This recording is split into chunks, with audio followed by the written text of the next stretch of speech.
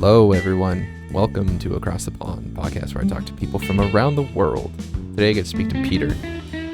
This is a cool conversation. I learned so much about Japanese history and culture and anime and judo and a lot about Peter. So, and his dog Dave. Dude, he has a dog named Dave. That's going to be the name of my dog. It's so cool, dude.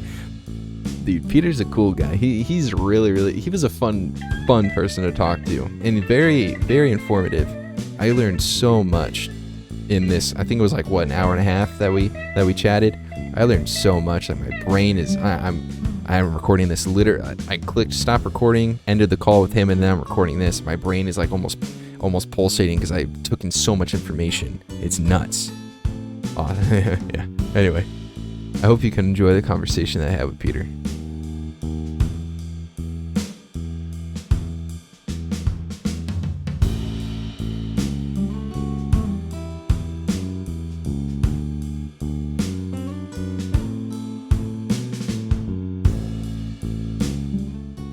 Hello?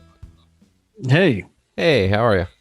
I'm good. Still just getting set up. This is a new laptop, so It's all good. No worries.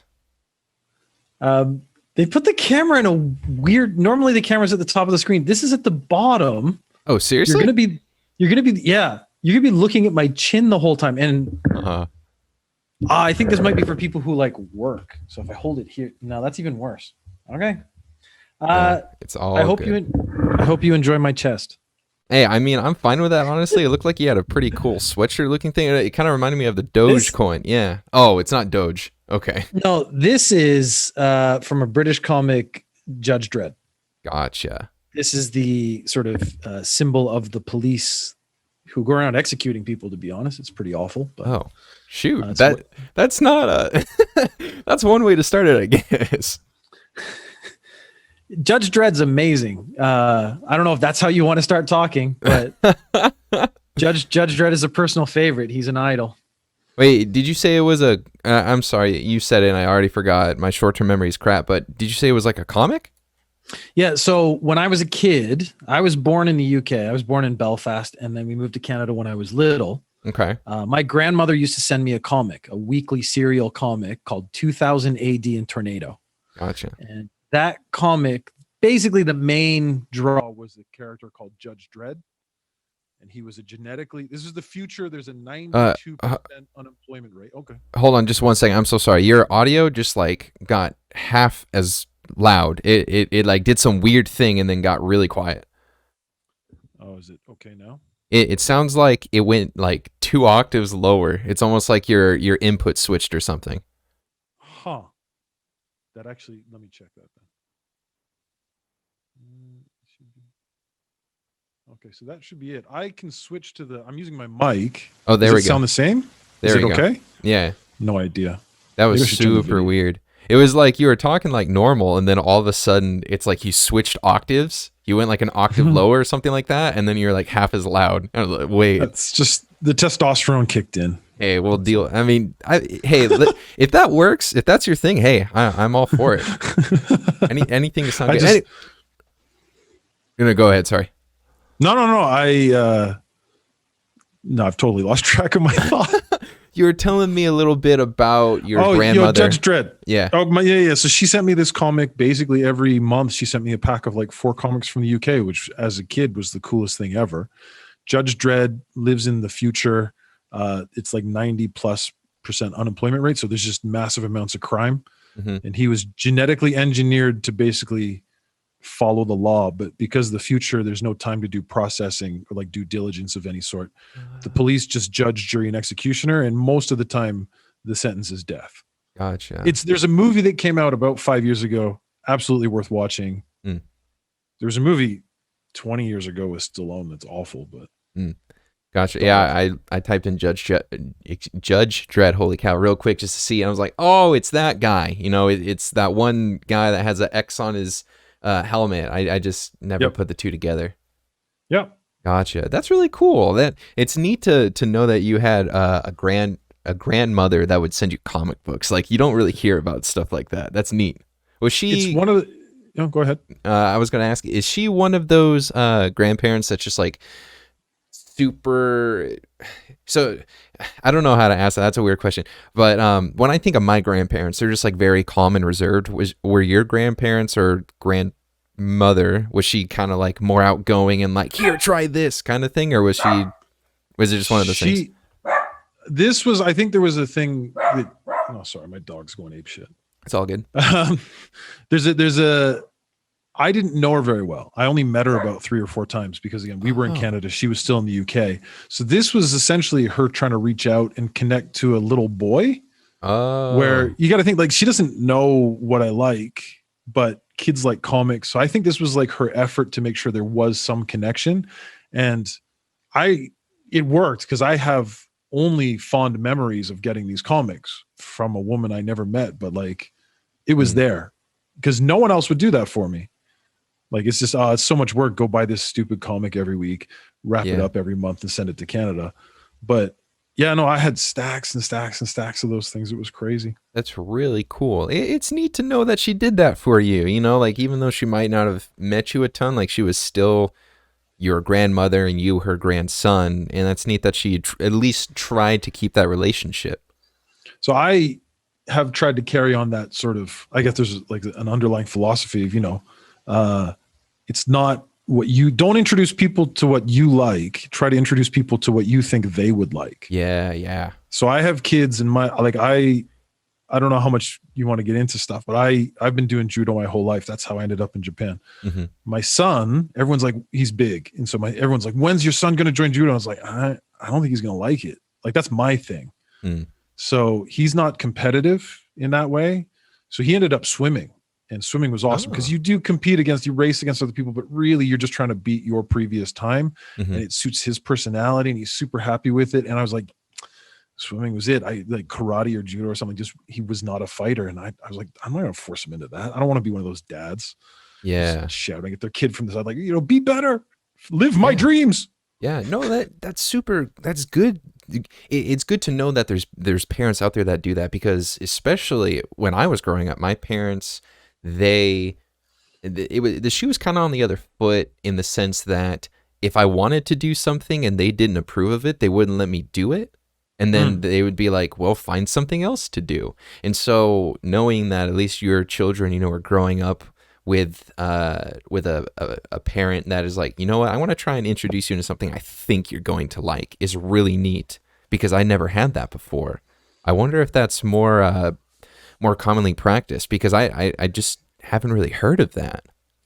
I can't speak for too many people. The parents I know who live here, mostly it's like international couples or mixed couples or whatever you want to call it. They do feel sort of similarly. So I'm thinking that might just be a personality type, like the kind of person who's going to leave their country, live somewhere else, get married to someone else, raise a family in a foreign culture is going to kind of be more open. Yeah. And again, you're not thinking like there's not one way to do stuff. I understand the American way. I understand the Japanese way. Which one is better? And you can adjust. So the Japanese way is way better for this single case, or the Western way. But then you have kids and you're like, well, again, I'm not going to say live like an American or a Canadian in Japan. That's not going to work. So let's figure out a balance. Yeah. So kind of walk me through, goodness, because I mean, like even just the little bit that we've talked so far, I have so many questions, but I want to know, you said that you were born in England, but then you also said that you lived in Canada. Now you live in Japan, but yet you have an American sounding accent. Like how is it that you were born in England, but yet have an American accent? So very technically, I was born in Northern Ireland, which is part of the United Kingdom. Oh my gosh. I have a British passport, which is actually a UK passport. We lived there until I was 1 or 2, but that was the 70s, which is when it was really kicking off. So, your mic did that thing again. I'm so sorry. Like you got really quiet that time. Yeah, I can't tell. If it keeps happening, I'll switch to my PC upstairs. Try and unplug it real quick. It could just be like a weird faulty connection. All right, just give me a sec. Yeah.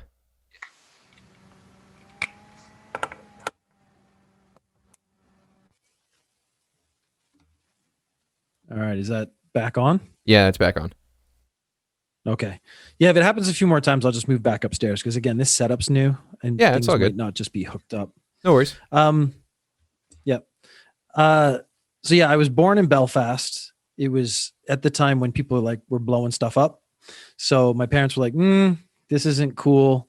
So I was 1 or 2 years old when we went to Canada. I was naturalized. You live there for about 7 years, you become a Canadian. That's just kind of how it works. I lived about 4 different cities in Canada. We lived Toronto, Ottawa, Vancouver, Victoria. Nice. I went to university in Vancouver. So when people ask me where are you from, I struggle to answer because I've never really lived one place for an extended period. But I say Vancouver because it's a place everyone's heard of. Yeah, it's really the reason. Then when I was in my 20s, sort of the end of my university career, I got to a fairly high level in practicing judo. So I was really serious about judo in high school and university. I got to the nationals and messed up my hand. And so that kind of ended my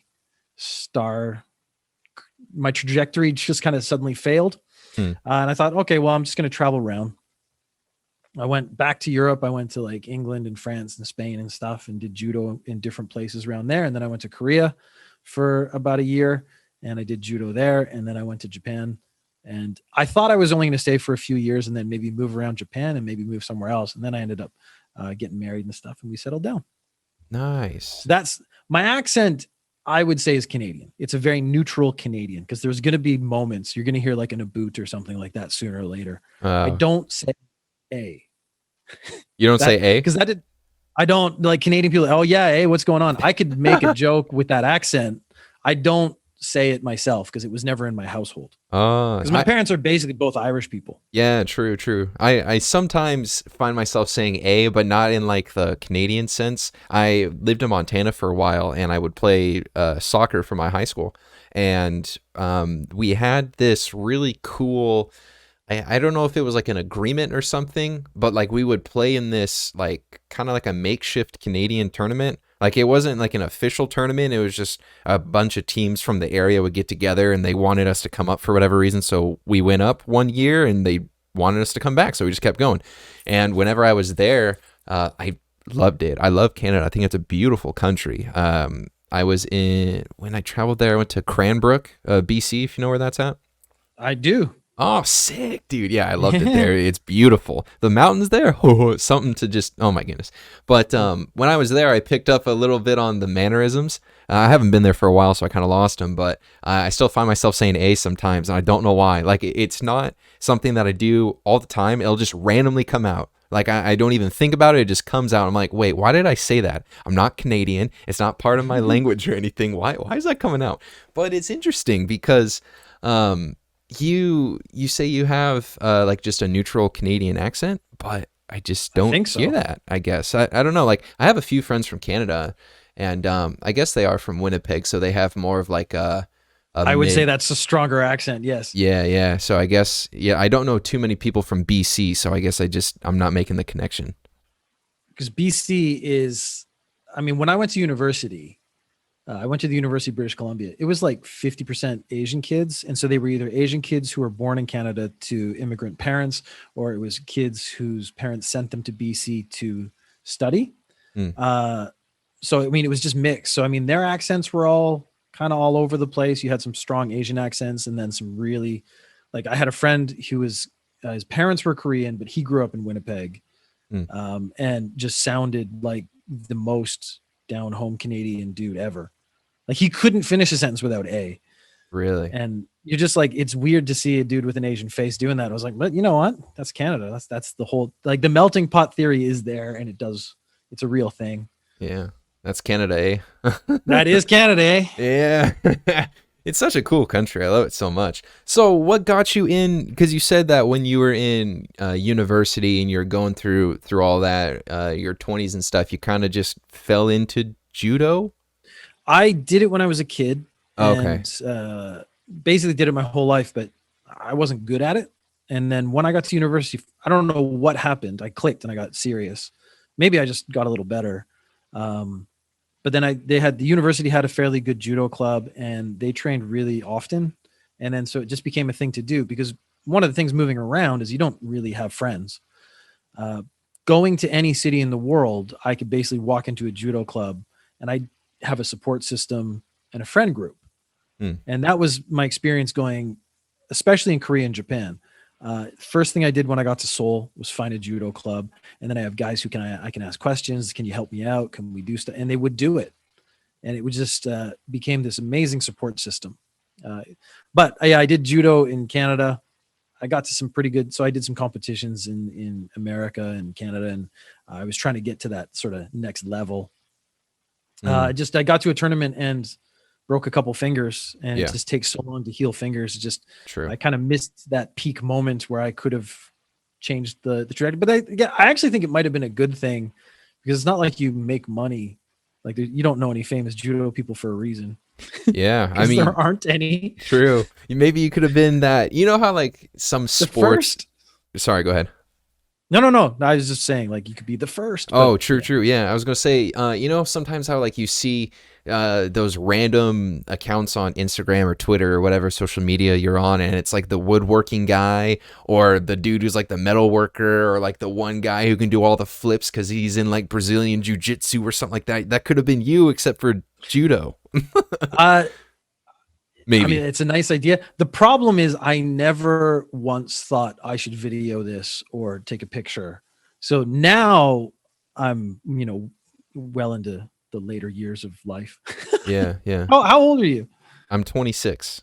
Yeah. Okay. I'm 48. You're like half my age. Okay, come on. I'm a little older than that. I'm No. not half your age. I'm I'm I close round to off. half. Yeah, okay, the round off. There you go. but it's one of those things, like when I grew up, social media wasn't a thing. True. So when I was 26, there was no social media in any real sense of the word.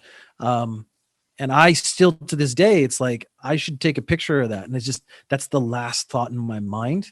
And it's now I've had some young guys who join the judo club with me, some Western guys who've come over and they come and practice with me. So I teach them, and they're like, "Oh, we got to video this." I was like, "Oh yeah, that's how you guys think. That's actually a really good idea." Like, I'm not offended by it. I'm not opposed to it. It's just, I don't think of it because I didn't grow up with it. Yeah, no, I'm the same way. I really don't like social media, and we don't have to go down this rabbit hole, but I don't like it because I just don't feel like it's valuable. People are too connected with it, and then of course you have all the crap that comes from that, when it comes to the idea of wanting likes or hearts or whatever it is. But I just never got into the whole, oh, let me take this for the gram. Like I don't care about pictures unless if it's something that I want to remember. But even then, I'm someone who has, and my wife can attest to this, I have a rather strong memory. My memory is pretty good, and so I can like look at a picture, or I can look at a scenery or something like that, and I can remember that. And so I'm not one that will go around. It's like, oh yeah, like, let's go video that. Oh, like, look at that guy. Oh, like, I don't do that. I'm very much like you in that sense, which is funny. I'm 26, and I was, right around my time, maybe a year or two older, or a couple of years before. That's when all the big social media things started going on, and all the kids started going around, like Snapchat, I never really got into it. I got it because, my family got it, or my brothers got it, or my friends got it, but I never really cared for it. It was just one of those things that was like, if you can't appreciate what's in the moment, why would you want to like go for the likes? But then that's the whole thing, social media was built because they want likes. You know what I mean? Well, it's growing up with a new sort of way of thinking. Yeah. Which is completely alien to me. And like, I do think it's cool. I'm terrible at social media, and I actually don't like putting my time into it. So I make podcasts. I don't promote them. And I'm like, this is why I'll post stuff, but it's just, you can tell it's the weakest effort because it's where I want to spend the least amount of time. Yeah. So every now and then I'm like, okay, just sit down and do it. Just, right. And then I'm just looking at the keyboard going, I don't want to. Yeah, you should get your son or one of your kids to start maybe doing something for you, because I know I need to do that. I'm like, I say I hate Twitter and all this stuff, but I do enjoy being on it, if that makes sense. I don't like posting. I hate posting all that stuff. Like, I'm on Reddit and whatnot, if you know what that is, and I just lurk around. I don't post or anything. That's not my thing. I like to lurk around and read the stuff because I like to, just kind of see what people are thinking, what's going on in the world, kind of keep up with actual news, not just a bunch of BS, arguments and whatnot. Or, like I just finished watching The 100, if you know what that is, it's a TV show. Yep. And so I'm like following, the actors and actresses on Twitter and stuff, just because it's like, I just finished that. And that part's cool to me. I like that, but I just never post. I need to take like a social media class or something. Yeah, I need a social. I'll never do it. I need a social media manager, someone who just does it for me. Yeah. I wouldn't say active on Reddit, but I like the Reddit podcasting. The subreddit there is really good because they're friendly. They are. Like, there's so many toxic subreddits, whereas the podcasting one, like, if you say something stupid, they don't pile on. They just don't say anything. And then if you ask a real question, someone answers, which I've always, now that I've been doing this for about 3 years, I actually try to, throw in some positive messages here and there to help people out. Yeah, I try and do the same as well. But it's so funny to see toxicity on the internet. Like, for example, there's this game that I play. It's called Escape from Tarkov, if you know what that is, or if you've heard of it, maybe. And there's really, really, really bad issues with just server lag. So with what I see, so like if I'm looking at someone and they turn and look at me, it could be a whole like 2 seconds before I come into their frame, because my information has to be sent to the server, and then the server has to send it to the person, and then that person has to send it to the server and then back to me. And like, pretty much, I'm just trying to put in like layman's terms, if you will, but like they just have really, really bad netcode. Like, everything about it is just really bad. And I made a post about it. I just get flamed because of some of the stuff I said. I'm like, I'm not stupid. Like, I know what I'm talking about, but I shouldn't have to explain literally everything to a T because I'm frustrated with something that needs to be addressed, And it's like, people are just so dumb. Like, shut up, Like, of course, I probably shouldn't have posted it, but the idea behind people just like attacking me in the comments, I'm like, what the frick's your problem? Just like relax a little bit. Like, I'm just trying to bring to light an issue that's going on. Yeah, no, I think one of the things I've kind of realized about the internet is people think if they can point out like even the most minor error in your argument, that means your whole argument is now invalid. True. And they're right. And them being right is now important. Yep. And it's like, actually, maybe even the thing, like one sentence was wrong, or like I did a grammatical error, let's say, that doesn't invalidate the overall point. But the internet is really good at focusing on a point instead of the idea. And it's almost like semantics. People argue semantics or are super pedantic about stuff because they're not actually arguing the idea. They're arguing like, well, you said this wrong. So yeah, now you're wrong and I'm right. So I'm better. And that sort of weird validation seems to be very important to people on the internet. And yeah, I just disengage. As soon as someone does that, I'm like, oh, you're missing the point. And then they'll actually argue they're not. And I'm like, but actually, if you just look at what you just wrote, you're talking about it. Like, even like, it's always funny to me when it's like they start picking at like your sentence structure. It's like, okay, I mean, that's not what we're talking about, but go ahead. I love it when people try and, for example, and this is one that's just coming to my head, and I don't want to like get into the weeds with it, but just to kind of give an idea of what I'm trying to say, like, and it's going to get kind of deep, but like a lot, like if you're for abortion or against abortion, a lot of the arguments that will come up about it is like, if someone believes that it is wrong, they'll say like, it is wrong, like you shouldn't do it. But then some people will say, well, what about if the woman is having problems, with the birth, like she's really, really sick. And it's like, it's very, I shouldn't say rare, very rare, but not all the time are people going to be sick if they're pregnant. And and I'm not trying to, of course, talk about abortion or anything. I'm just saying that like, that's the idea that comes, is that people will pick one small thing of the problem, and then that is like, no, well, if that can't be solved, then the whole thing can't be solved. And you see what I'm trying to say? Yeah. No, one of the most interesting interview techniques I saw, it was about the abortion debate, and there was some kind of rally, anti-abortionists, and they went up to them and they said, okay, so you believe that abortion is wrong, it's murder. And they all, absolutely, yes, we think it's murder. And then he said, so how should the mother be punished?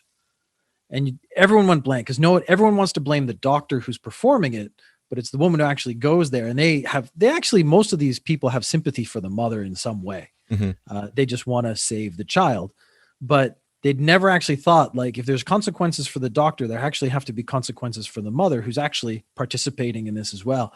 Yep. And they were just so lost. And I was like, yes, you haven't really looked at the whole issue. The whole issue is this woman has a reason, And maybe you disagree with the reason, but you're saying, let's take away the right for her to choose.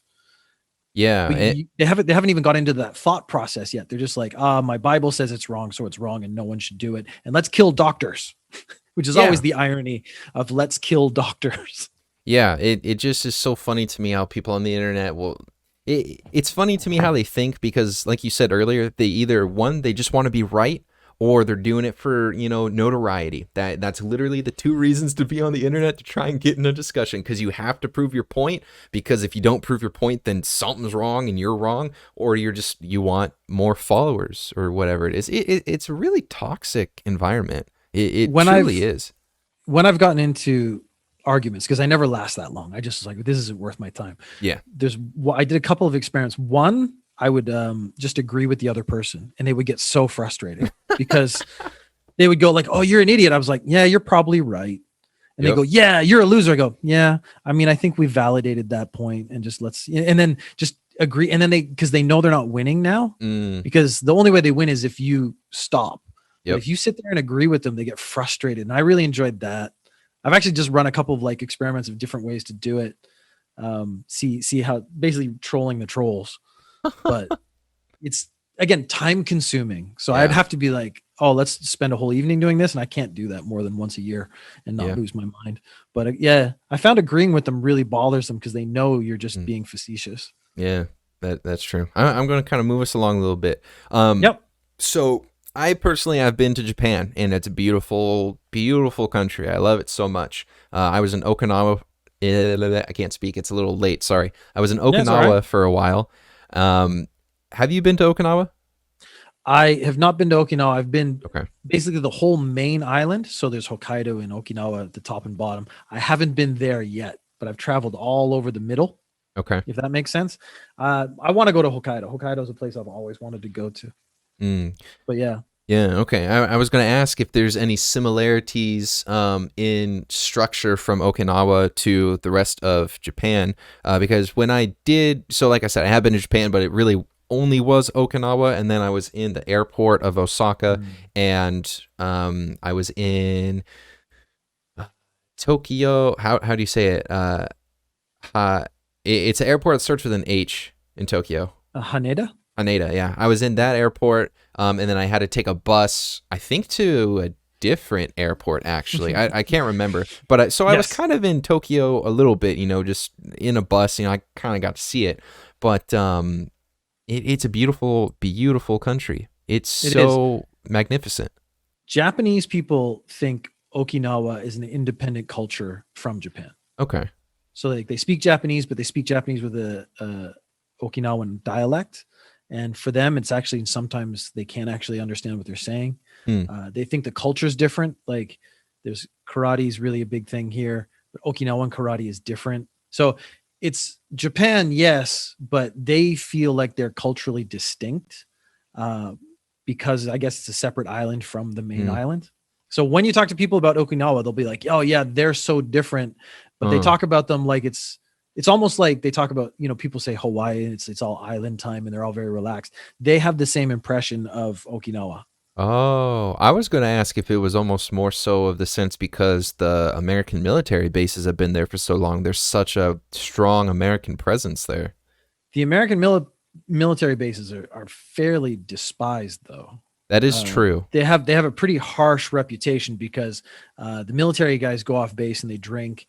And these are soldiers, honestly, trained to fight, and they get into fights regularly. True. I mean, there's been multiple times when they've had base lockdowns and they're not allowed off the base. Yeah, I guess you're right there. I never really thought of it like that, because when I was in Okinawa, I was working, I can't remember exactly what it was, but I was working with some guys over there, and the people that I was introduced to, they just seemed very nice. They didn't seem like troublemakers. But of course, that's only a small sect of people, given there's an entire island and multiple bases. But that I never knew. It's the same thing. It's also a stereotype. It's not necessarily true. It's just, this is the image that goes out. So when there's an incident, let's say one of the ones from last year was like a guy got really drunk and he actually went into the wrong apartment and he scared the crap out of a family. But they made it seem like it was on purpose. They made it seem like he was assaulting everyone. It was just, he went into the wrong building. It is terrible. I mean, no one's going to disagree with, but he didn't hurt anybody. He didn't do anything. Yeah. But then it became national news. And so that's Whoa. one guy, one incident. Okay, I'm not going to defend him, but also I don't think he did anything wrong. But then, of course, if there is an incident, now it's magnified the same degree. It's like a million times worse. So you get one person who does something wrong. Last couple months ago, it was like a soldier punched a taxi driver. Honestly, I don't know if the taxi driver wasn't being a dick. Yeah, true. We don't know. But on Japanese news, that's not how it plays out. It's always going to be all military personnel are horrendous people. This is how they behave. They can't control themselves. And so they get painted in really broad strokes. Yeah. So with you being on mainland, of course, like you said, mainland is different than, the little island and everything. And at least when I was on the island, people were really nice to me. I would assume that people would, for the most part, be really nice on the mainland, because to my understanding, the Japanese culture is just a very kind culture. It's pretty welcoming. Yeah. Yeah, very welcoming. I ran into a couple, so it's always I basically work at a company where we hire English teachers, and I'm part of the training program. So I do sort of the induction for people who've just come to Japan. Gotcha. And people, it's always white people. Young white people kind of want to be on the other side of oppression. So they interpret stuff as racism really quickly. And they're like, oh man, Japanese people are so racist. And I was like, I think you've just met a grumpy old man. I don't think he may have been racist, but you're extrapolating so that you can have a story. Yeah. I never ran into that. Okay. I had a couple of experiences when I first came to Japan that were difficult to interpret. In hindsight, I'm not sure. So I wanted to find a judo club because that's kind of my thing. Yeah. I went to the International Center here, and they found a high school teacher who speaks English and teaches judo. Whoa. Like, I know they really put the work in. They got me connected to him, and he's like, come to this tournament. All the big clubs will be there. I'll walk you around, introduce you to all the big clubs. We'll see if we can find one that fits. And I was like, I appreciate that. And a whole bunch of them just looked at me and went, nope. And at first I was like, oh, you racist, awful human beings. And then later I was like, maybe they just didn't want to deal with a guy who doesn't speak Japanese. Yeah, and true. They don't know if I'm just like worth it or not. So they just said no, because it's like, I don't want to. And then I found a club that said yes, and it was great. But they understood, like when I arrived in Japan, I spoke zero Japanese. Yeah. So I was just watching what they do and copying them, but I'd already knew enough judo that I didn't really need to be taught. I just had to follow whatever they were practicing. And they were like, oh, okay, this is going to work out. So go ahead, please. No, it would be really easy to extrapolate. I had this one bad experience where someone said no to my face, and paint again, say everyone in Japan's racist, but maybe it was just that guy. Maybe he's just had a different reason for saying no. I never found out. So trying to not judge is actually the hard part, because you have to interpret everything from your side. Yeah. Do you speak Japanese fluently now? Now it's adequate. So I teach a judo class in Japanese. Gotcha. But I've been here 20 years. Oh, shoot. Yeah, I came in 2001. This is my 20th year in Japan. Wow. Congrats. That's a feat. Yeah, it's interesting. Yeah. So go ahead. Go ahead. No. The question. I was going to ask if of course, you were in Canada for a while and you went to college there and then moving to Japan. How was, at least the first few years, I'm not sure maybe now, but how was, the culture shock and, getting used to the Japanese way of living and all that? How difficult or easy was that? So because I'd lived in Korea before, the culture shock was actually pretty minimal. Because I remember going to Korea, and I guess because I had never really lived in one place, adjusting wasn't a big deal. Korea is a very loud place. Like I lived in Seoul, which is one of the biggest cities in the world. Yeah. They shout and argue, and it's very passionate about everything, which is really appealing. Japan, you come and people don't. They just ignore you. If there's a problem, they all just look away. It's very oppositional culture-wise. So that was interesting more than anything else. I wasn't like shocked by it, but I was like, oh, okay, people just aren't going to like help you if you're in trouble. for the most part. They're just gonna, oh well, that's not something I should get involved in. And I wasn't massive shock because it was almost like there was so much going on that I just like I had to find a job. I wanted to find a judo club. I wanted to like find a social group. And I was so focused on that. I was like, okay, well, food's different. All right, that's great. Just eat different food. My apartment's really small. The biggest problem I had was I'm 184 centimeters, which is about 6 feet. Mm-hmm. The unit bath shower in my bathroom in my first apartment was 180 centimeters, which meant I could not stand up. Yikes.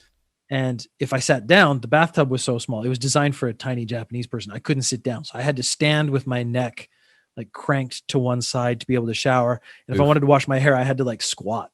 Oh, that's not good. But there's the culture shock. For me, it was a lot of really weird things coming from Canada, where I lived in Ottawa for a long time, where insulation's important. If you don't have good insulation, you die. In Japan, they don't insulate houses. So every individual room is heated or cooled by an air conditioner. And that means if you open your door, all the hot or cold air rushes out, and you're constantly going from incredibly hot to like really cool or vice versa. And I just found it was like, it's such an inefficient system. And I didn't understand. It took me years to figure out that they don't keep houses or buildings for any length of time. They rebuild. So if you buy a house, you don't buy a house, you buy the land, they tear down that house and build a new house. Whoa, really? Yeah. You won't find old houses for like young couples. That's interesting. It's weird that's why I realized like there's a reason they don't insulate houses, because they're just going to tear it down in 15, 20 years anyways. Because I think the houses I lived in Canada were all like 40, 50 years old. That's so weird to me, because I know for a fact that the Japanese culture is not wasteful. And I feel like building a house, and of course, I don't know the time length. I don't know how it works necessarily, but I would assume, if anything's over 10 years, they would probably, I'll say 15, they'd probably tear that down, unless if they sell the property faster and then someone wants to tear it down. All that material is probably going to waste, because I doubt that they recycle a lot. I don't think again, like, how do you recycle like the panels off a wall? Yeah, that's true. Yeah. I have no idea, but it was shocking, because a lot of the images we have of Japan as a country, it's technologically advanced. Yeah. It is, except when you actually work in an office and they want you to fax everything to other people, and you're like, wow. Fax machines? Aren't we past that? But because they still physically stamp everything with their hunko, which is your family seal, they don't sign anything. You need a physical copy to do that. And if you need approval from like 5 people in 5 departments, you have to fax it to every department in sequence so they can all stamp it and fax it back. So you end up with like 30, 40 sheets of paper. This is one of the initiatives the government's doing right now, is trying to get rid of stamping, because stamping actually means paper usage. Yeah. And it's massively wasteful, but the problem is Japan's also a very old culture and they don't like change. That's true. We've been doing this way since I was in my 20s. I'm like 70 years old now. It's like, things have kind of moved on. And they're like, yeah, but my fax machine still works, so why don't we use that? It's so weird to me, because like you said, they are, a very technologically advanced society, or at least that's what they show the world. So I would assume that they wouldn't be like that. It's so strange. It's an incredibly strange mixture, because I have a button in my living room I can press that will start the bath, and do a little chime when it's finished and ready for me to go get in. What? But no, it's amazing. But I have no insulation in my house. I have the air conditioner on right now. It's just like the level of technology, what they focused on and what they've ignored is just, that's the shocking part. Yeah. Because that it's not like insulation technology isn't available freely in the world. It's been figured out. Yeah. That is so strange to me. So when I was in Okinawa, the apartment I would assume was somewhat older. It wasn't, like the newest looking thing or whatever, like they still had some older appliances, and the paneling and stuff on the walls looked old. But and this is a weird question, but in your bathroom, do you have the toilet next to the tub and then you have like a door that separates the two? No? That's only like the smallest apartments have that. So Ah, my first apartment, it was like that. So it had the unit shower thing I told you about, and then it yeah. had the toilet right next to it. Japanese people find that disgusting. Huh. So it's almost like a poor person's apartment, which again, my first apartment in Japan pretty much was a poor person's apartment. In my house where I live now, the bathroom is a full room. So Wow. there's a bathtub, you stand next to it, but the shower is the whole room, which is awesome. Oh, It's one of the best things about Japanese sort of culture is their bathing culture.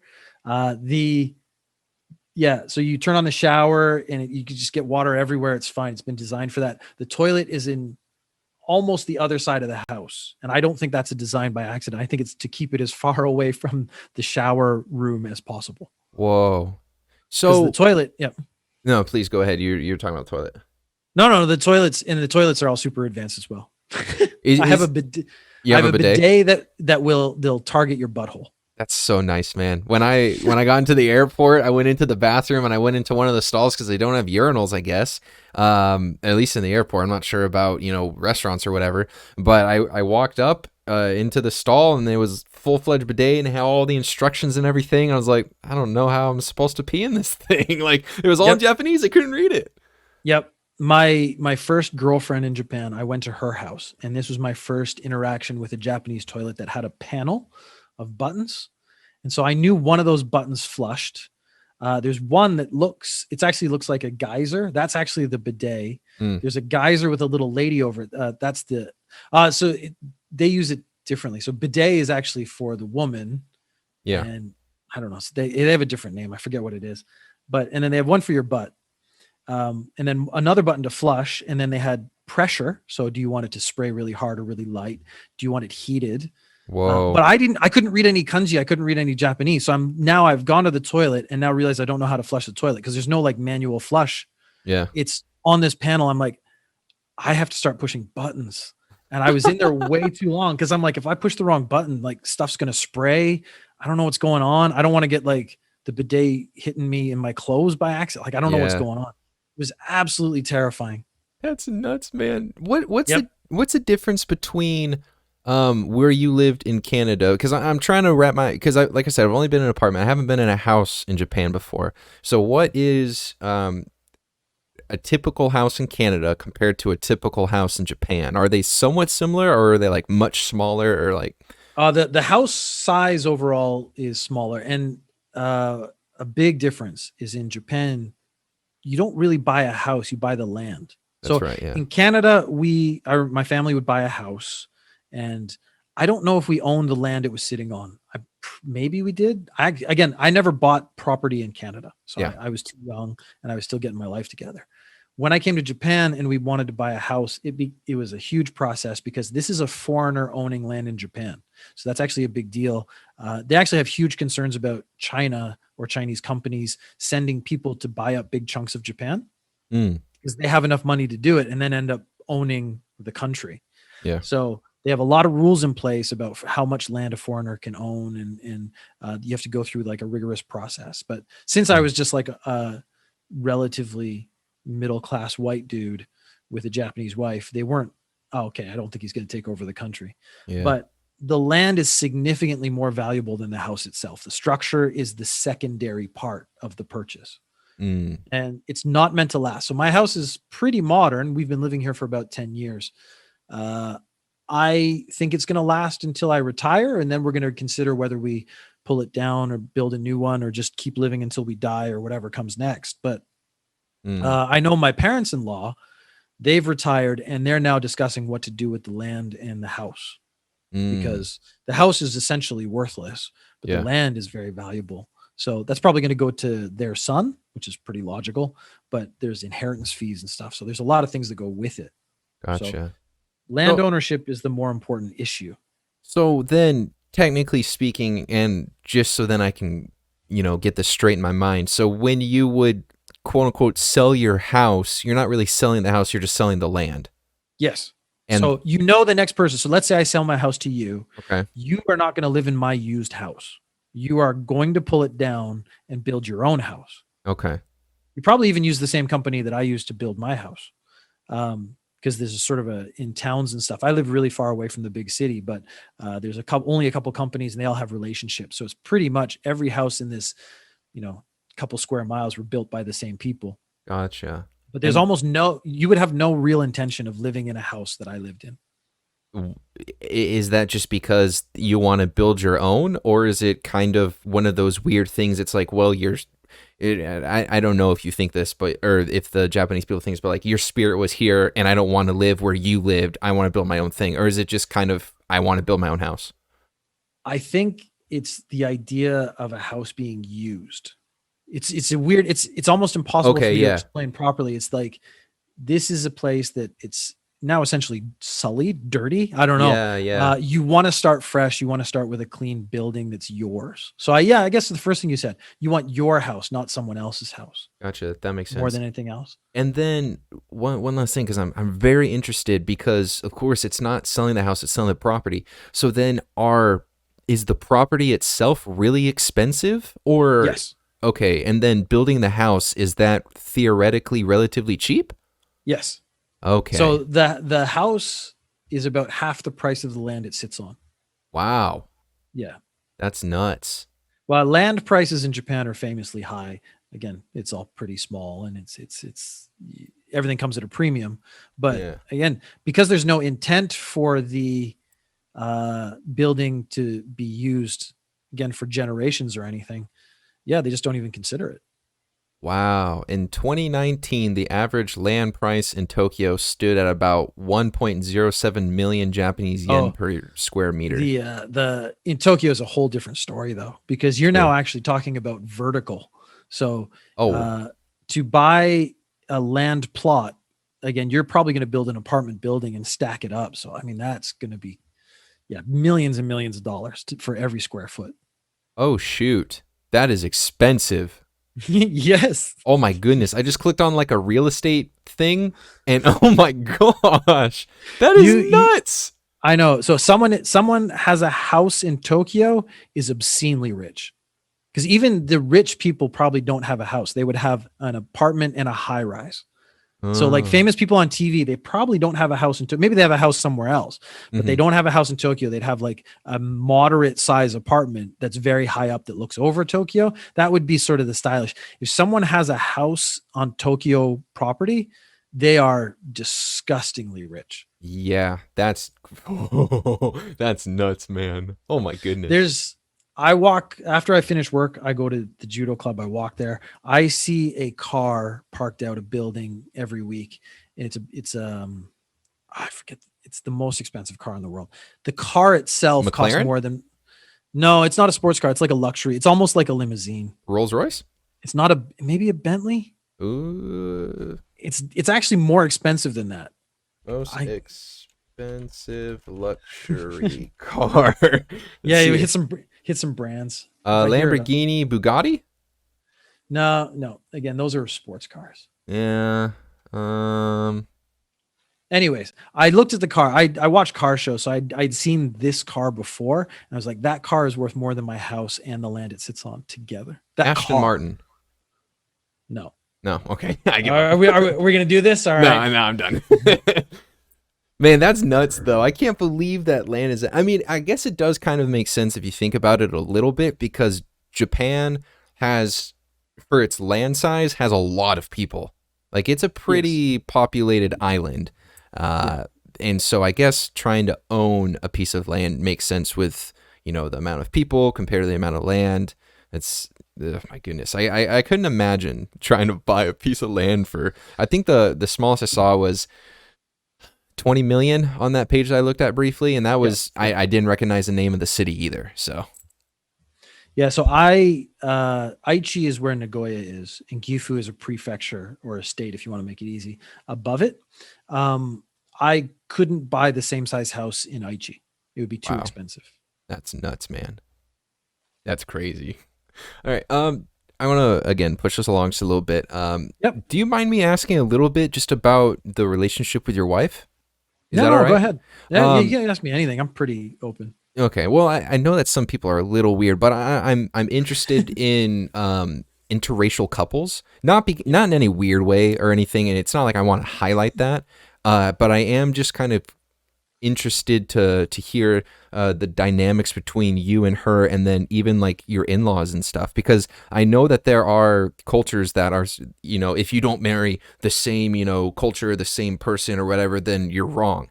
And did you have any sort of weird relationship like that with them, or is everything cool? Or So my wife, she did a couple years overseas. There's a lot of Japanese people who go overseas and they kind of fall in love with the idea of other cultures. And that's where you're going to find most of the people who've married a foreign person probably studied or lived overseas for a while. And that just, again, it's broadening your horizons kind of thing. And they just don't see it the same way. For a lot of Japanese girls, there's a very romantic idea of getting a white guy and having a mixed kid. So that's something some girls go after, and that's a very dangerous prospect, because once they have the kid, you're not necessary anymore. Yeah. So when you hear about Japanese divorces with mixed race couples, I always have that little question in my back. Was like, was she really into you, or was she into the concept of you? Yeah. But in my personal experience, my wife was very open. She, again, obviously we were dating and stuff. She was cool with it. She did judo in high school. So It's not like she was serious about it, but she did it, but she understood what I was doing. And there's sort of a personality type that she got. So that was already an interesting little connection. And her brother does judo. So it's almost a family thing. Like there's a lot of families that do a sport, especially traditional Japanese ones. So like people who do archery their whole family would do archery or kendo or something like that. I just happened to fall into a light judo family, not really serious, because none of them took it to sort of the same levels. When I met her father was very unhappy with the idea of me being with his daughter. He saw a picture of me, he said he looks like he cheats. What does that mean? It's the concept of like the foreigner. He's just a playboy. He's just going to go around. He's going to bang you and drop you kind of deal. Yeah. And she's like, no, he's a little different. He doesn't do that, I think. I think. Well, you got to prove the point. True. Yeah. So I remember our first meeting, he just was silent. And again, my Japanese wasn't great at that time. So it was very difficult for us to communicate, and he wasn't happy about that. He couldn't really ask me questions. I tried making jokes and stuff. None of that was flying. Then we got into like something very Japanese. Again, judo is kind of the thing that I could always point to. Like, it's not like I can say I understand your culture, but I have a bit of it that I can present. And he sort of started to relax at that point. Then he challenged me to arm wrestle. So we arm wrestled, and on the right hand, I beat him, and I was like, okay. He said, oh, we'll do our left hand. And I was like, okay. And I let him win. And that turned the tables. So I'd be like, wow, your left arm is so strong. And he felt really good about himself. Yeah. But I realized, like, just beating him wouldn't have made anything better, and letting him win, what does that matter to me? So exactly. I let him win, and it was like, okay, I took the loss really well. I just laughed and said, you're great. Again, Japanese people love a graceful loser. Yeah. Yeah. So it's a big thing in like anime and stuff, like how opponents have respect for each other and stuff. And I thought that was all just anime stuff. That's actually a cultural point where they whether you win or not is irrelevant to how hard you tried. If you tried, they love you. So that's interesting. Trying and failing is actually sometimes better than winning easily. Like, they think that's cool. Everyone always thinks winning easily is cool, but the guy who's just working his hardest, they just have so much compassion for that. And then he kind of maybe took in the idea, like, I've come to a place where I don't speak the language. I'm trying to do something that a lot of foreigners wouldn't even try to do. I was the first foreign person to do their black belt test in Aichi at the Aichiken Budokan. Wow. So if you go there, they have a sample form that's actually my form. That's so cool. It's neat, yeah? That is really cool. By the way, I think I said interracial earlier. I meant intercultural. I apologize. My heart was in the right place, but my words were not. There. I understood. But that's really cool, dude. The first black. So I would assume that you accomplished the task and you became a black belt, yeah? Oh, so there's a whole other story. I came to Japan with a 2nd degree black belt. Oh, so my gosh. In Japan, in the system. So in America and Canada, there's white, yellow, orange, green, blue, brown, black. And then there's actually a bunch of degrees of black. There's second, third, fourth, fifth. So when I came to Japan, I was already a second degree black belt, and I was just doing tournaments and stuff. And I said, oh, I should do my third degree black belt test in Japan. That'd be really cool. Yeah.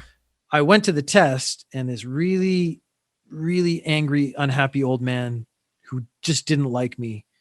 Again, I don't want to say racist. I'm not sure. He might have just been like a grumpy old dude, but he just didn't like the idea that I was there. He didn't like the idea that I was doing this. So he said, oh, where did you do your black belt test? And I said, well, I did it in Canada. He goes, so have you done the black belt test here? And I said, no. And he goes, so you're not a black belt then, are you? Ooh, feisty.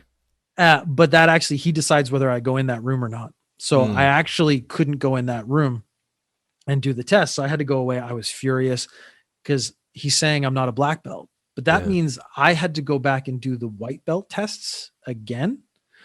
White belt tests include tournament. So I had to go in with, let's say, 15, 20 years of experience at a very high level of competition and fight teenagers who'd only done about 6 months of judo. Wow. So I could get those points, and those points, then you can do the next test, and then you can do the next test and stuff. But I had to do it all again. And this was like personally offensive. My coach in his most fatherly moment walks over. He goes, there's only one thing you can do. You go in and you do everything perfectly. And I was like, and just basically prove the point that they did this to you and it was unfair. And, just make it no question that you deserve what you get. So I went and fought a bunch of white belts. I felt so bad for him. I thought this first kid was going to pee. He had to be like 16. And they don't have weight categories, so he was tiny. Oh no. And I was like, come here. Like, so they said, go. And I'm like, okay, come here. And the kid's like, no, I'm not going over there. I'm like, well, I'm going to come to you then. So I walked over and I threw him. And again, it's not like this is bragging. It was just unfair. Everything was unfair. Yeah. But to the same thing, kind of the same sentiment I was talking about before, the kid I beat, they're like, okay, well, can you help Peter get around the rest of the day? Because he's not 100% sure, like the system and stuff. So this kid I just beat the crap out of was assigned to be like my guide. And he's like, what are you doing here? And I'm like, well, they took my black belt away. I got to do the test again. I'm really sorry about, what happened out there. And he was like, oh no, that's so tough for you. And I was like, man, in North America, I don't think they would have had any sympathy for me. And this kid's like, he feels almost worse for me than I feel for myself. Yeah. So it was a very different feeling or sentiment overall, because he was like, oh, this sucks for you. I was like, I just beat the shit out of you, kid. Yeah. That's an amazing thing for you to say to me. Yeah. It just kind of proves the point that the Japanese culture is just so kind and caring, and they care about other people rather than the Americans, like you said. Or I would assume in Canada they might be along the same lines, because I do feel like Canadians are very, kind and nice and everything. But if you're an American dude, they'd be like, sucks for you. Like, just piss off. Because again, North America, so I'm including Canada and America in the same thing, because it's competitive, and the guys who are attracted to that are a certain personality type. There's basically like 3 fundamental personality types, I would say, that go into like high level competition, and most of them just don't want to lose. And so they resent you if you beat them. They can't help it. It's just, again, it's sort of maybe burned into their DNA. So you beat a guy in tournament and he hates you. And so it was really hard sometimes to make friends, because if I have to beat you in tournament, that's actually, you're not going to like me anymore, but I'm also not going to go easy on you because you're my friend. Yeah. So I found the experience in Japan competitive wise, like you could fight and a guy could beat you, you could beat him, and then you'd go have lunch together. Yeah. You knew next time you met, it was going to be full on 100%. And then you'd go have lunch together again. It's like, oh, okay. Yeah, that sounds nice, man. I kind of wish that camaraderie, even if you're not like super well known or like you the two people don't really know each other, at least you can, be cordial if anything. Oh yeah. I've never had a significantly negative experience like winning or losing a fight in Japan or in Korea as well. Yeah. And again, you beat people and they're like, wow, that was really great. I've had some people, there's the odd person who didn't like the idea, but again, I'd say that was such a minority. I don't even really count.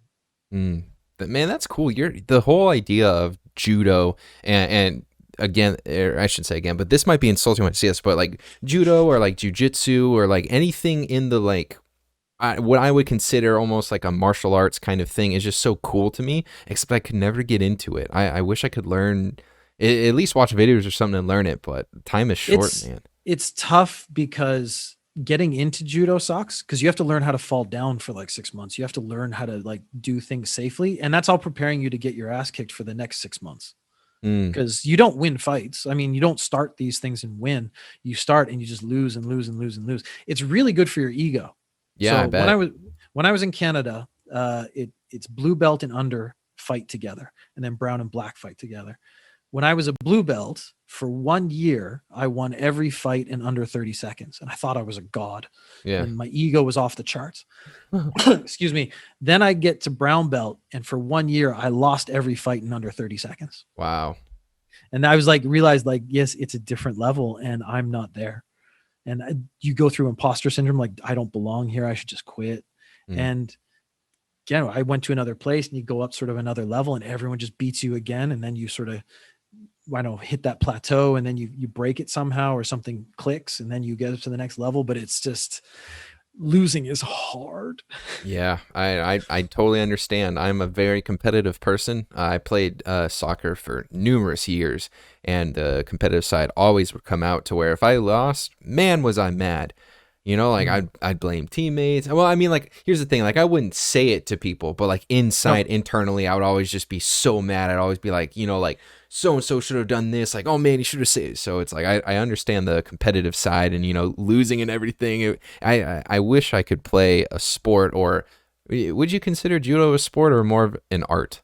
It's both. Okay. I mean, it's designed to be a sport now because it's in the Olympics and stuff. And the rules are very, very rigid, and it's all for safety. So I consider it more of a sport now. It's a very practical one because all the stuff you do applies to martial arts kind of lifestyle and stuff. So it comes from a martial art. It's now more of a sport. I think that's fair. Gotcha. All right. I'm going to, again, move us along just a little bit. I have a couple more questions I want to ask you if you're okay with staying on a little bit longer than an hour. Yeah. No, I'm just hanging out. So. All right. Lit, dude. That's awesome. So what got you into the your degree, your education? You have a BA in English, psychology, and philosophy. First off, how in the world did you do that? Second off, what made you want to go into the whole philosophical psychology realm? This is really insulting. I don't have a lot of respect for academia, to be honest. After that experience, I've realized, so I got an English literature degree. Okay. And I came out of it thinking that was a complete waste of time. If you had given me 4 years in a library, I think it would have been more beneficial, because anytime I tried to do something creative, I got a low score. Anytime I tried to do something different or interesting, the professor didn't appreciate it. And then I realized, like, because when I was in high school, they're like, oh, you get to university, you're going to be able to choose your courses and study what you want. And it wasn't. It was just repeat what the professor says in an essay. And it was constant essay writing. And I think, honestly, it depleted my level of creativity. It diminished my creativity. But when I finished university, if I tried to write something that was interesting or fun, it's tended like thesis statement, point 1, I was like, fuck, I'm writing an essay. Yeah. And then, so I was like, God, I hate this. Everything relates back to judo in my life. So if I was in university, I was actually getting a small stipend to do judo. So it was the only way I was going to be able to do judo and kind of get paid. So 2 more years, I could get another BA. So I did psychology. Now, I really enjoyed psychology. I think that was valuable. I learned a lot of stuff. Yeah. And now, in retrospect, I should have just done psychology the whole time. So whatever, my 4-year BA and then a couple more years get a master's or whatever. I think that would have been a valuable thing. Yeah. But then I was like, 2 more years, I could get another BA and still stay here and do judo and stuff. So I did philosophy. But by that time, my mindset was so wrong. Excuse me. You're good. My mindset was so wrong. I hated every minute of it.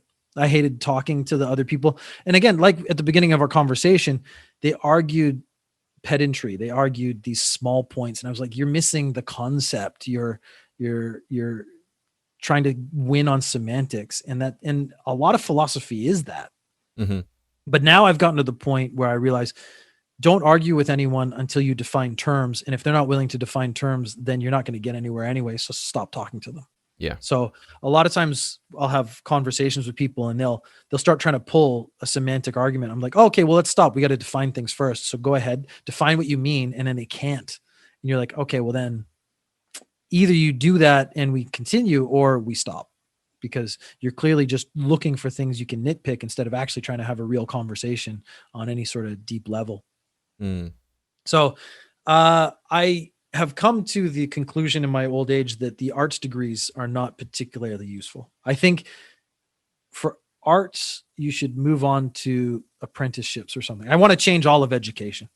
Yeah, I'm with you. Sciences, absolutely, universities make sense. Psychology, it did as well. It actually fit that structure. I really enjoyed what I learned and like experiments and stuff that were going on.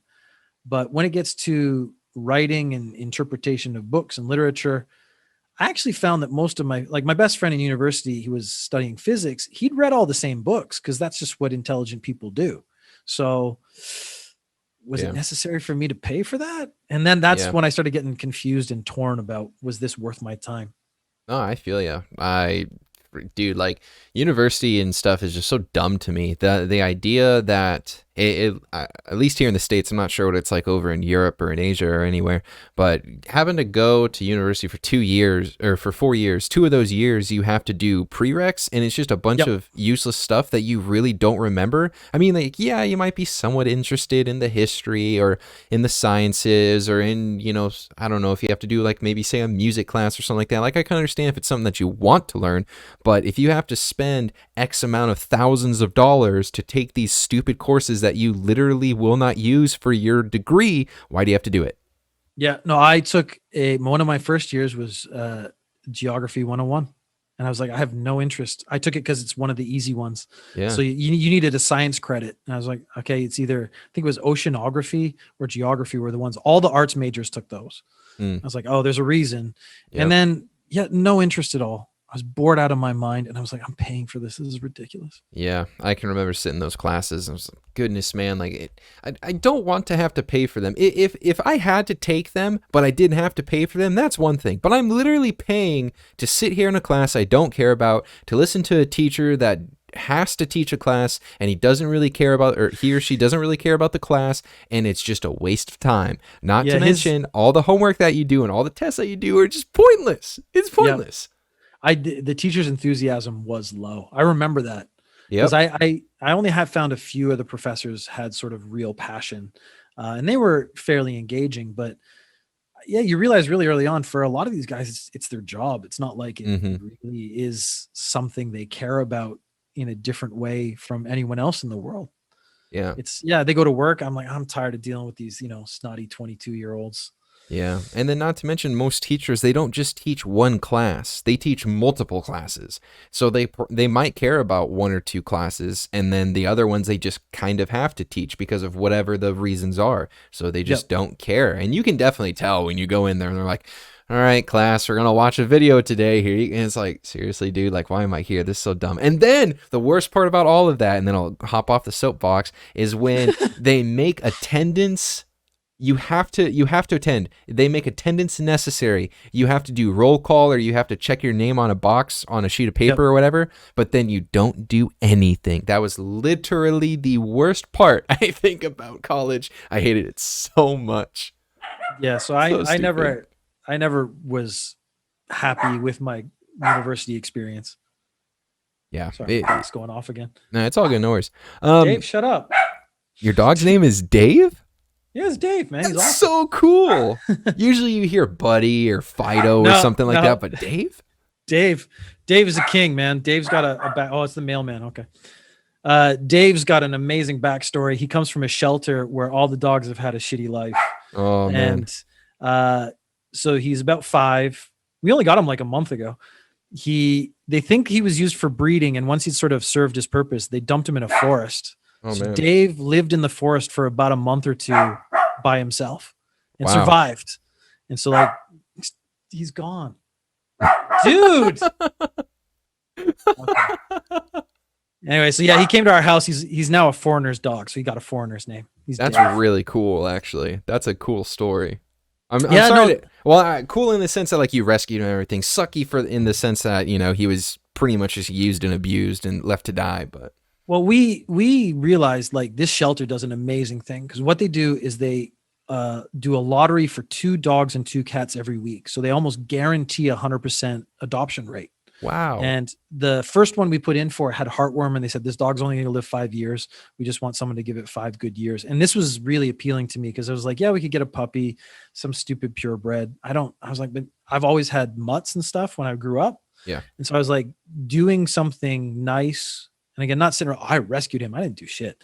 But when people say that, it actually bugs me. He's a rescue. I'm like, you paid $20 for the dog. Come on. exactly, yeah. But yeah, so he's had some tough spots. He banged a lot. I mean, like, that's something, but Yeah. just getting dumped in a forest. I was like, man, no wonder he's got some issues. But Yeah. my kids just adore him, and that's it. I would want to give him like he's gonna be like maybe 10 more years of just affection all the time. Yeah. Does the dog seem to acclimate pretty well to you guys now? Since you said you've had him for a month or 2? We got him in December. Yeah, he's starting to chill out. He's figures out we're coming home. So I think when we used to, you got to kind of lock him up a bit, like in one room, and he would lose his mind at first. And I think he thought he was being dumped. Yeah, makes sense. Makes sense. Now he's starting to figure out that we're going out, but we're coming back. Oh, that's good. Dave the dog. Dave, man. One of the segments on a future good. VelociPodcast is actually me telling the same story about Dave. That is so cool. I love that name. It makes me, whenever I get a pet, my wife is super into cats and she hates dogs. So I'm going to get a dog one of these days, right? That's how it works. That's how it works. Yeah, that's how it works. So I'm going to name it a typical name. Not anything, not like Fido, like I said, Fido or Buddy or whatever. I'm going to name it like Dave. I might name it Dave. Do you mind Dave's if I take good. Dave? You absolutely can take Dave. Okay, I think I'm going to take Dave. I sat down with the kids. I was like, it has to be a hard sound because that's what dogs actually hear. They hear the duh. So it's got to be like Dave. I almost went with Jeff. Oh, Jeff's a good one. Yeah, Jeff's pretty good. So any single syllable normal name, I was like, we've got to do one of those. Oh, I like that. And the kids just locked onto Dave right away. That's nice. How many do you still have? First of all, how many kids do you have? And then do they still live with you? Yeah. My son's 13. Oh, my daughter's 9. So they're still here. Gotcha. Yeah, he just started like junior high school or whatever. Nice. Is it difficult for them to? Do you guys go to an English speaking school? They go to full on Japanese school. That's awesome. We had the concerns like, oh, they're gonna get bullied. They look different. My son is gigantic compared to a Japanese kid. Yeah, and he's really gentle. And so, like I said, he's not competitive. He hates fighting and stuff like that. But he's just big. So he never got bullied, and he kind of took on the idea like, well, I don't want anyone else to get bullied either. So there was this other kid in his class about 5 years ago, and he was tiny. And day one, he didn't say like, let's be friends. He said, oh, just sit next to me. And the kid sat next to him, and they were friends the whole time. And the kid never got bullied. And I was like, he was clearly a target. And my son just was like, if you're hanging out with me, even if we don't really care about each other, you're fine. Wow. That was one of those moments I was like, okay, he's a good kid. Yeah. And my daughter, some little boy who probably thought she was cute, he tried to bully her. My son just stepped in. He goes, don't. And it's just that like kind of like low calm thing is actually scarier than someone freaking out. He just looked at this. He's like, no, you don't want to do this. Do they fluently speak Japanese since they're growing up in the school? Yeah. Japanese is their first language. So my son's English is on par with a native speaker, maybe a couple years behind development wise. He'd be speaking at the like a 10 or 11-year-old. My daughter, there's actually a bunch of studies have been done. Every subsequent child speaks less of the parent's language because the first kid, maybe both parents are speaking to them in English. The second kid, the parents will speak to them in English, but the siblings will speak to each other in Japanese. And so this is the same with like Spanish households and other, like every subsequent child speaks less of the parent's language because they're interacting with each other more and more percentage wise in whatever the native language of the country they're in. Yeah. That's so cool. You get like the third, fourth kid, they understand English, but they actually can't speak it. That's really normal. So then do you have to speak to your daughter in Japanese to... No. No. I speak Okay. to them exclusively in English just so that they always at least get that exposure. Gotcha. So my daughter, again, she's a few years behind what would Yeah. be normal for a 9-year-old, but yeah, and she doesn't study. Yeah. Yeah. But I mean, she's head and shoulders above the other Japanese kids. So I look at it as a positive that way. And That's she does really cool. like she understands what I say, and that's Yeah. a big step. Gotcha. That's so, like, because you're an English speaker, and then your kids, because they're growing up in Japan, of course they're going to learn Japanese. It's just such a cool concept to me because you don't hear about a lot of people who were not from Japan or not from a certain country moving there, having kids, and then their kids. Do you see what I'm trying to say? Oh, yeah, It's yeah. just such a cool thing because it just doesn't. I just don't think about it. For us, it was a conscious decision. Like when we had our first kid, we're going to only speak English in the house because they're going to learn Japanese outside. True. Regardless, even if they never heard it once, as soon as they hit school, they're going to start speaking Japanese way faster, way more fluently. TV, media is all going to be in Japanese. Yeah. So in the house, we're just going to speak English. So my wife and I speak exclusively English in the house. Gotcha. And then I got to ask this because, like I said, I wasn't really on the mainland, but how influential is like Pokemon and like Yu-Gi-Oh and anime and like video games and stuff in Japanese culture? At least to what you see.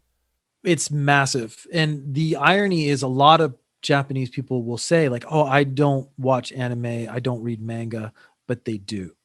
So my wife has read every One Piece comic. No way. A 1,000 issues. She's been reading it her whole life. That's so cool. But if you said to her, do you read comics? She would say no. Because in her mind, that's not a comic. It's just a book she reads with a lot of pictures. Oh. And so I think really their concept of it, anime is a nerd thing. So if it's not nerdy, but it's still cartoon, it's actually not the same sphere. Yeah. I guess. And like anime is on TV. So this whole year has been Kimetsu no Yaiba, which is Demon Slayer. Yeah. That has overshadowed everything else. Really? Yeah. So one of the stories I did on Ninja News Japan was so all the theaters shut down just like everywhere else. Yeah. But they decided, okay, we're going to do 25% capacity. We need to make it as available as possible. So we're going to start movies at 6:00 in the morning. Wow. So you could go before work or before school. My kids and my wife went to see the Kimetsu no Yaiba movie before school one morning. But that movie grossed more this year than any other movie in Japanese history. Wow. So during a pandemic, when everything's shut down and a theater can only hold 25% of the people, it still made more money than Titanic or any other of these big movies, historically speaking. That's nuts. It's insane. It's insane that it happened. And they were just like, people want to go out and they want to do the movies. They want to do it safely.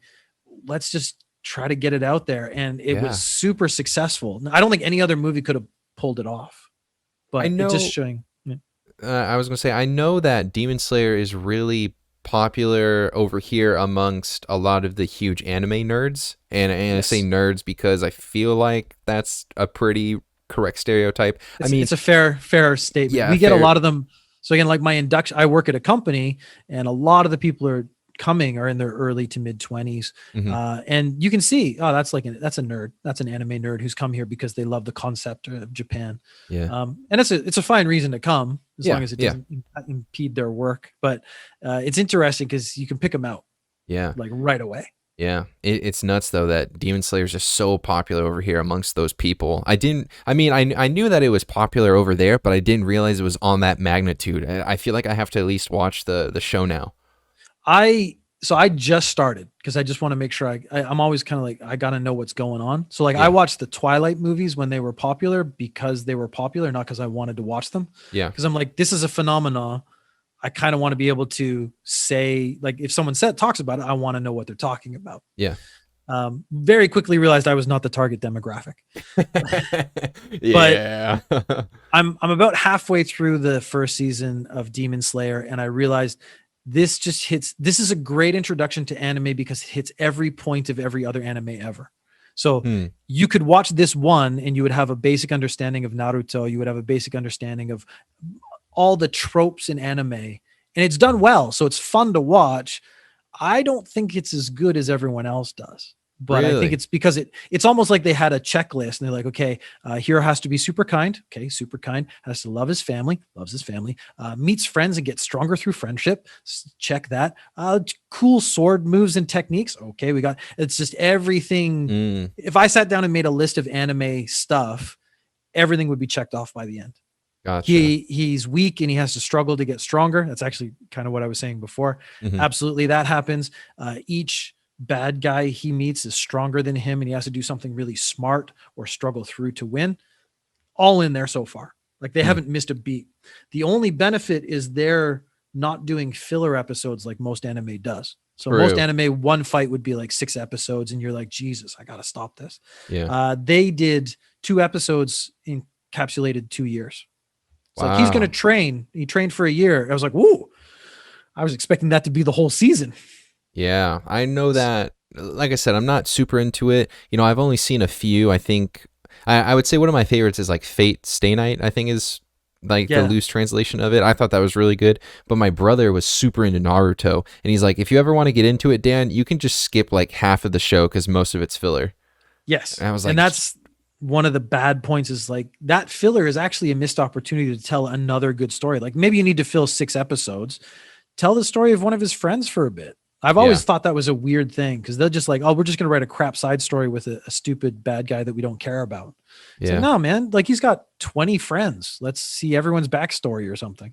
Yeah, it's not like if you're writing a book, you know, you're going to just put in a bunch of stuff that no one cares about because then they're going to put the book down. Yes, actually, yeah.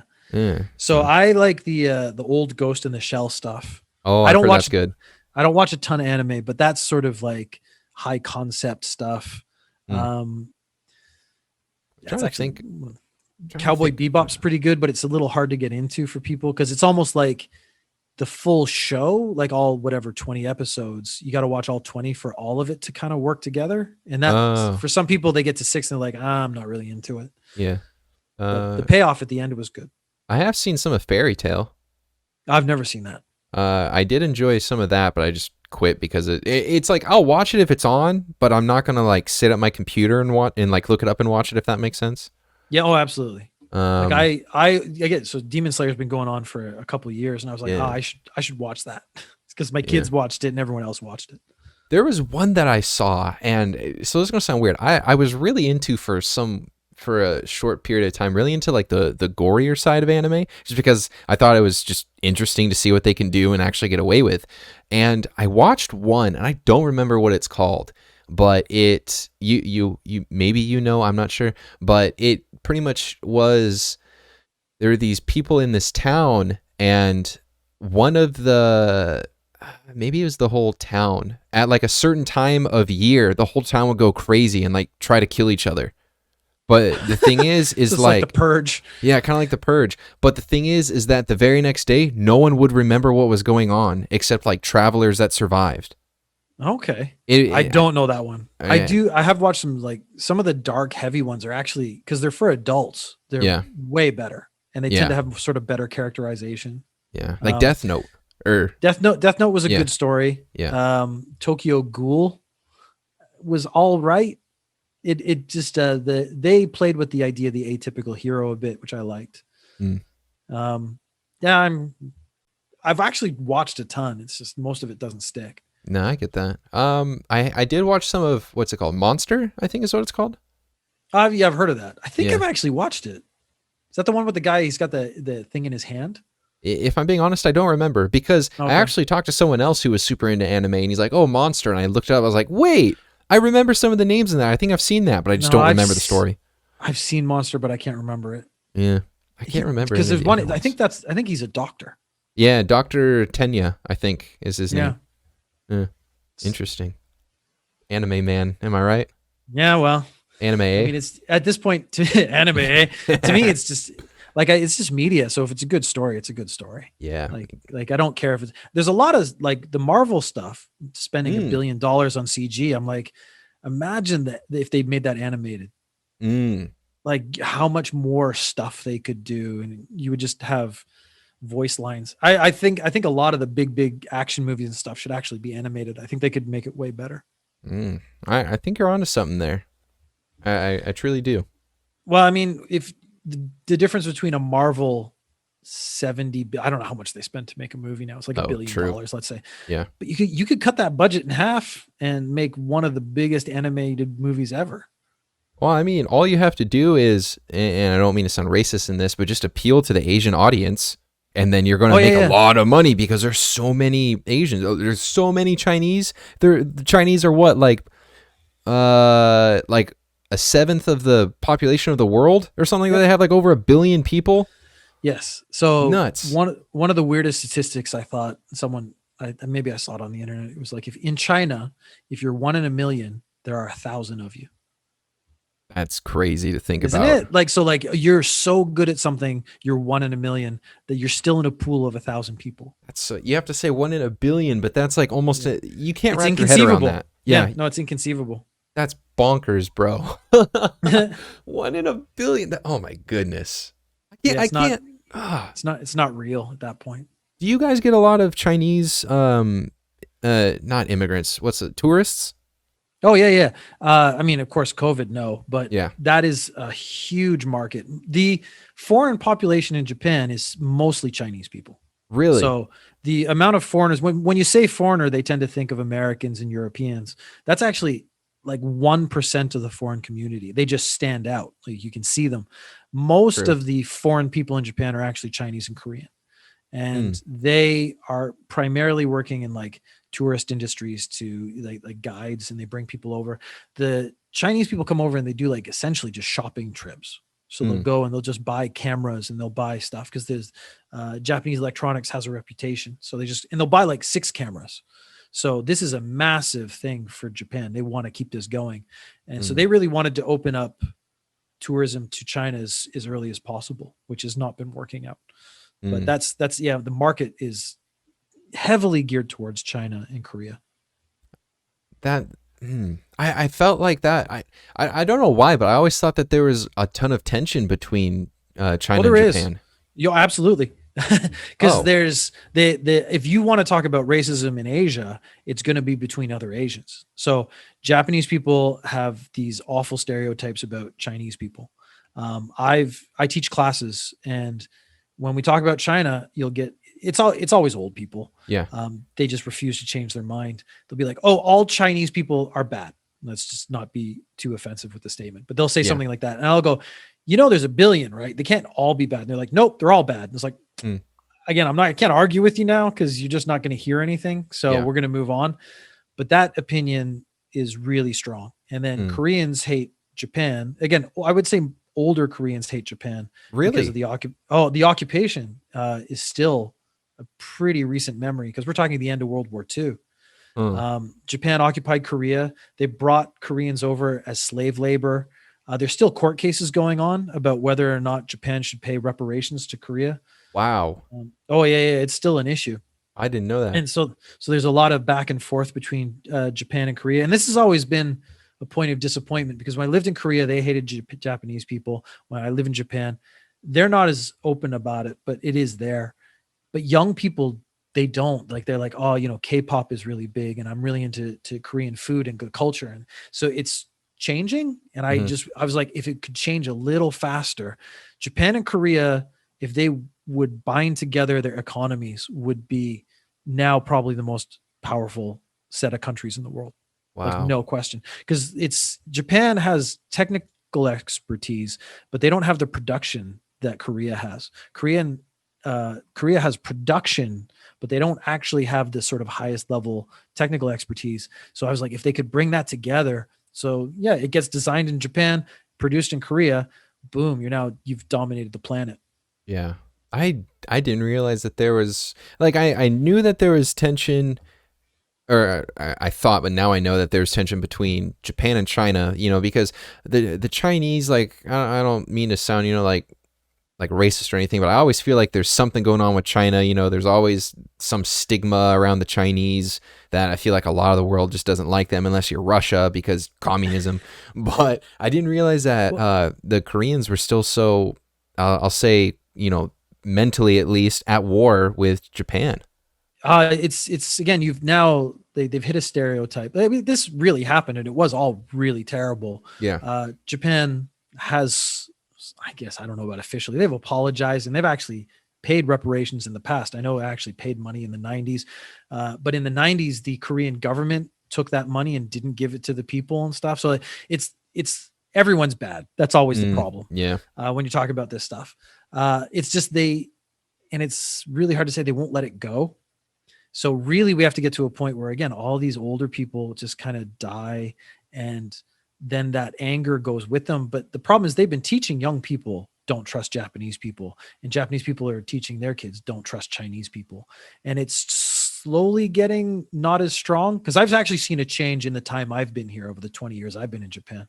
But it's still, it hits every now and then. You'll meet like a person and they just like, oh yeah, I hate China. It's like, why? You've never been there. You never actually even talked to a Chinese person. How can you say that? But that's what they've been taught their whole life. Yeah. It was really strong when I was in Korea. Man. Like they were just saying, you cannot trust anyone Japanese. That's Japan's crazy. a bad country. Yeah. Wow. And then, yeah, there's islands up at the top of Japan that are in dispute between China and Japan. And it's primarily oil and fishing rights, because whoever owns those islands can go and fish that area. Man, there's so much I guess I have to look up, because like I said, I didn't know any of this. You're opening my eyes to so much history and so but much. it's every country. So That's everywhere true. you That's go, true. it's like this is just one slice. I mean, if I lived in Cambodia or Vietnam, I mean, okay, who do they hate? Yeah, everyone no, hates that's true. someone. Yeah. Like, Yeah. and it's all the history. Like this country invaded this country. This country invaded this country.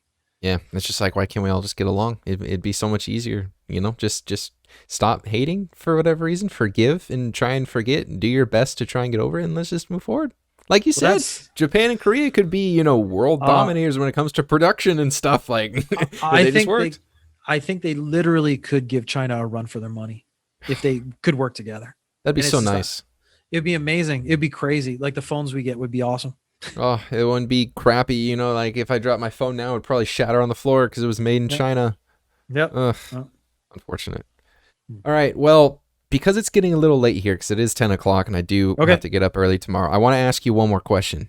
Okay. And this is the question that I like to ask everyone that comes on this podcast, because I just like to learn. I ask you a lot of questions, as you of course know, and you answered a lot of questions and I learned a lot. Like, this was really cool. But this last thing is something that I want to, of course, learn myself, but I also want to give you, there we go, the opportunity to kind of just speak a little bit of wisdom into those that are listening. And that would be like, what's a piece of advice, or like a saying or a song or a philosophical thing or whatever, something out of your head that you really feel like could encapsulate like wisdom? It's hard for me to say, because it's really already struggling. I put up a veneer of being super manly, and I've realized that the most valuable thing is sincerity. When you talk to people, this is, again, when we were talking about the internet, the problem with the internet is it's insincere. And the problem with people putting on personas and putting stuff out there, it's often insincere. If you're sincere and you put it out there, sort of other people will actually start to find that really attractive. Like, not even like in a intersexual way or anything, but they'll be like, I want to be around that person and I don't know why. And it's sincerity to me has now become one of the more important values. And this is way late in life, like way later than it should have been. A weird example is a friend of mine was like, why does everyone like The Rock? And I said, because he's sincere. He works out really hard. He's kind of a goofy guy. He makes jokes. And then he was like, oh, no, that's not it. And he tried to talk to me. And I was like, no, whatever you're about to say, it's going to be underlined by the fact that whatever he's doing, he's sincere about. And that's what people respond to. And so when I got into podcasting, and probably, don't know you very well, but probably similarly, the reason I podcast is so I can put out messages so that I can get some back. And I'm trying to be as sincere as possible. And for me, this is a way to like work it out. Is I've actually done segments on some of my shows where I'll actually change my opinion by the end because I'm just talking it through. Yeah. But that's, again, I'm trying to be more open and more honest. And I think if people can get into that mode of thinking earlier on, like, they're going to have better lives overall. Yeah, I agree. I'm in the same boat. There's sometimes, like I of course am trying to be as sincere as possible.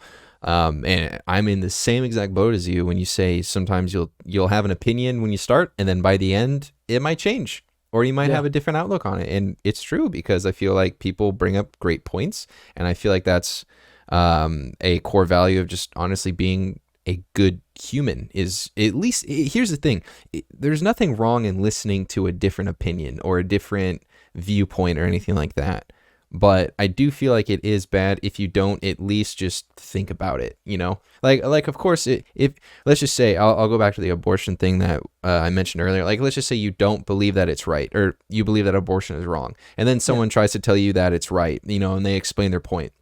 There's nothing wrong in you at least listening and just hearing them out. You don't have to agree with them. You don't have to change your opinion.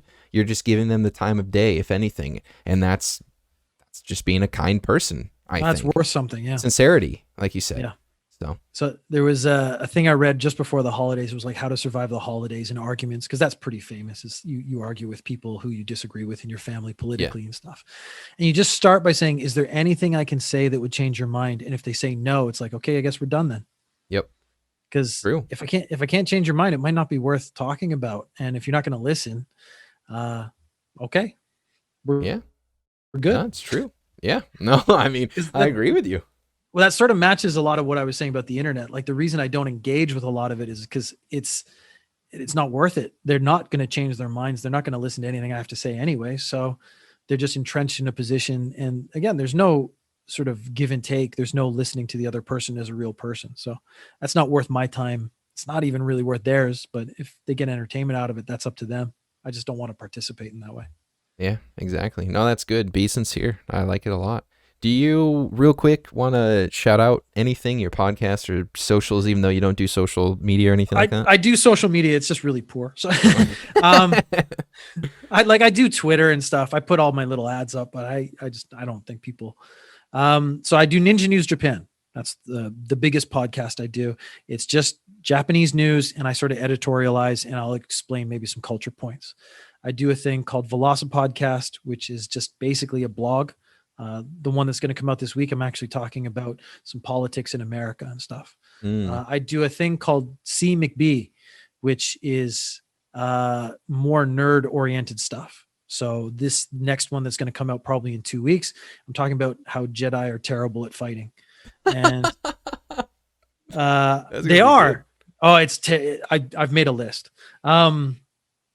Yeah, and those are the three things I do regularly. I'll do like one-off things and stuff. Like I did a set of things called Daily Affirmations Weekly. It's just a little joke making fun of daily affirmations.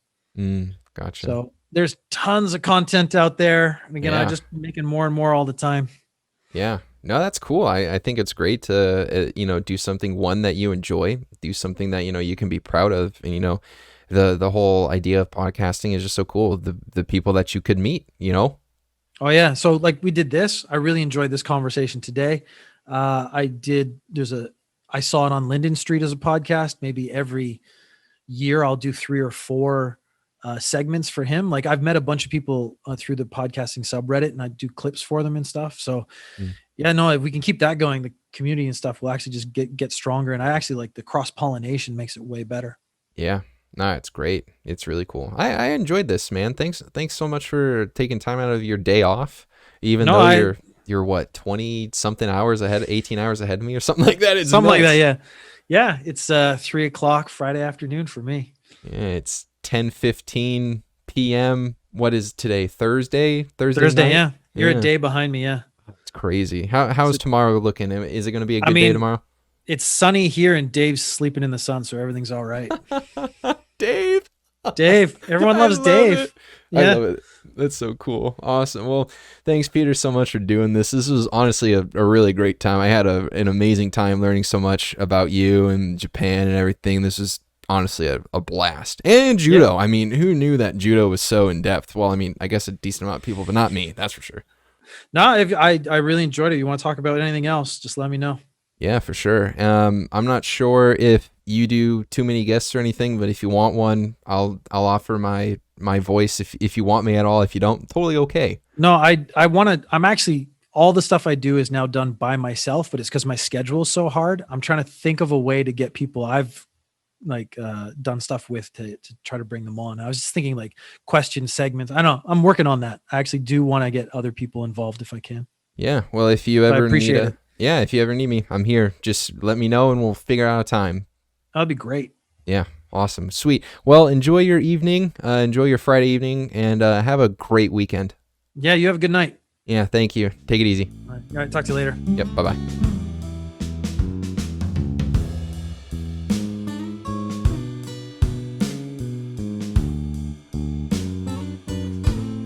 Thank you so much for listening to this episode of Across the Pond. I hope you enjoyed it as much as I did. If you want to connect with me on Twitter, you can find me at KingServant, KINGSSERVANT. If you know someone that would love to be on the show, please send them my email at acrossthepondpod01@gmail.com. You can also find us on YouTube if you want to watch the audio version. There's no video, it's only audio, but you can find us there. I can't wait to bring you some of the episodes that I have lined up. You're going to want to hear these. Awesome conversations. I'm so excited for them. Tune in next Sunday and every other Thursday for another episode of Across the Pond.